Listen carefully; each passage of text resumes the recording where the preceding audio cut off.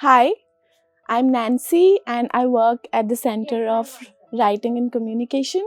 Today we are here at the Bookshop, which is located in Bagh in New Delhi.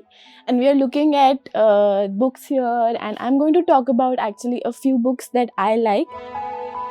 So, Arundhati Subramaniam, Love Without a Story. So, she is actually one of my most favorite poets, and I think she's also one of those voices in Indian poetry that are so very rooted in cultures and many philosophies and myths and stories that travel across the country and the subcontinent. But what makes her really special is her uh, simultaneous engagement with other kinds of philosophies, also other kinds of mythologies from other spaces. And her voice is very intelligent. I think it's very nuanced. And she writes on a range of things, on friendship, on love, on mythology, on stories, on god, on meditation. So I think, if you haven't read her before, this is the book that you must pick. It has great poems, and as you read them and as you reread them, they really grow on you. So this is, I'm really happy to see it.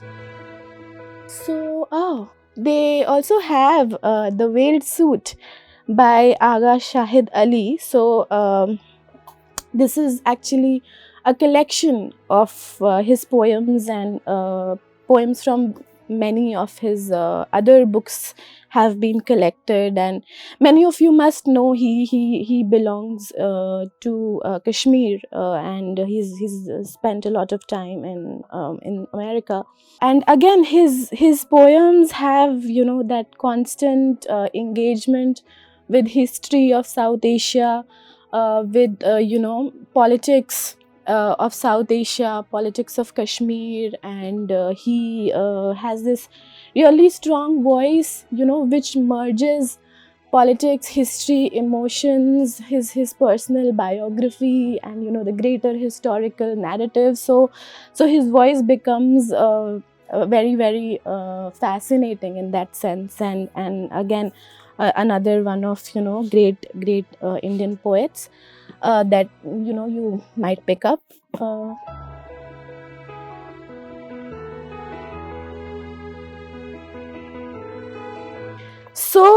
Sayaka Murata, again, she's a Japanese writer, very sensational, very. I think she's gaining so much attention. Her book, the first book that was translated in English actually was called Convenience Store Woman. This one's called Earthlings. I've read both, and I think what's really special about this book is that she's able to tell a story where the protagonists, where the characters are not only constantly imagining like an alternative way of living life, but they actually are living that alternative way of life. So in many stories, or even in our real lives, we are constantly thinking that what would happen if we were to live another kind of life, which was not constantly shaped and surrounded by the customs, the traditions, the expectations from us as adults, or as whoever we are. And the characters in this book are living that life where they are kind of constantly breaking the rules. They are surprising people, shocking actually people around them. And it's quite it becomes really intense at moments. But I think what it really actually did for me as a reader was that it really challenged the everydayness of life, in the sense that how do we construct our everyday, and why do we construct it in the way we do, and our expectations from our own selves, and from relationships, and from people around us. It really made me think that why am I expecting certain things from myself or others, and what is really shaping the way we are, that I am living my own life. So a great read. You can definitely pick up Earthlings or Convenience Store Woman. I think she's one of those very very fascinating Japanese writers.